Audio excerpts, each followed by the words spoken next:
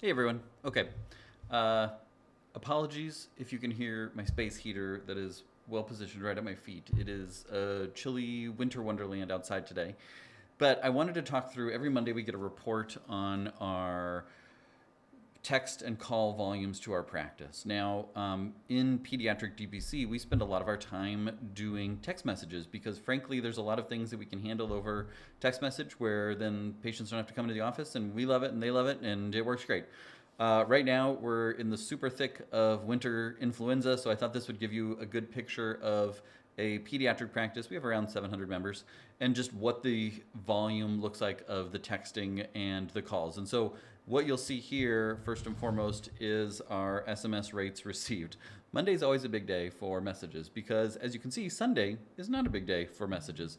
And so, first and foremost, like, your patients can learn when you're available and when you're not available. And so when we're talking about pediatrics and direct primary care, I think one of the questions and concerns that pediatricians often has is, am I always on call? Are people bothering me constantly? And the answer, spelled out, and this is replicable across the entire year. Like, this is the thick of winter respiratory season, and so this is probably the worst that it gets over the course of the year. Is yes, your patients can be trained, and yes, they can certainly understand, and you can put those boundaries in place and feel like they're going to keep those boundaries. And if you don't, then they don't.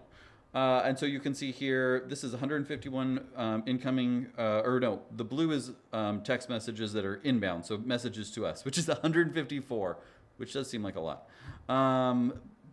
But when we go up here and we look at how many individual people that is, the green bar is how many patients reached out, like individual people reached out to us over text message, which was 53. And then over the course of the week, the green bars are the SMSs. You can see it kind of starts to drop. I'm not sure why Thursday was such a big day for incoming text messages. And then there's Friday, and then there's Saturday, and then there's Sunday.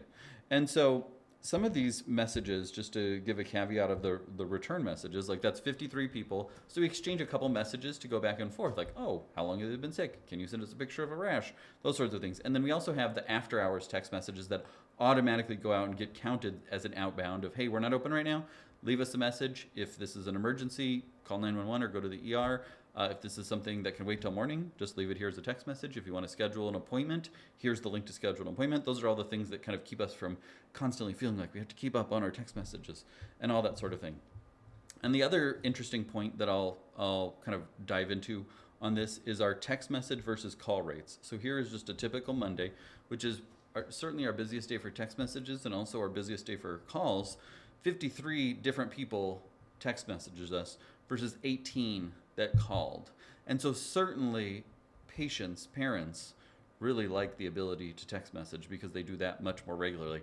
Now, if this feels overwhelming, but this might. We have a team. Most people don't have a solo pediatrician doing 700 patients and all the visits and all those sorts of things. We have a team, so it's not all like I'm sitting there answering 151 text messages over the course of the day.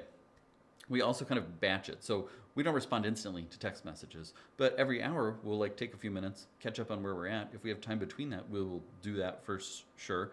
And then first thing in the morning, we kind of spend the first 30 minutes just like catching up from the messages that came in overnight, checking in on people, those sorts of things before we meet and huddle. So that's kind of the big picture of how a pediatric practice works. Now, this is from Spruce. All of our texting runs through Spruce. Like, it is absolutely one of the backbones of our practice is Spruce.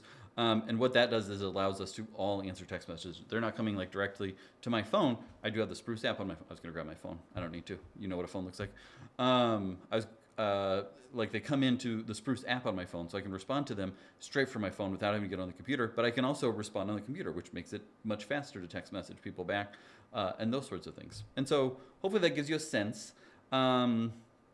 I think based on this information, hopefully it makes you feel, okay, busy days when we have a big practice, weekends, not so busy, much more manageable when it comes to expectations. And when we put those expectations in place and we tell people, here's when we're available and here's when we're not available, and here's what to do when we're not available and you need something, they can do that. Hope this helps. Drop questions below. Have a great Monday.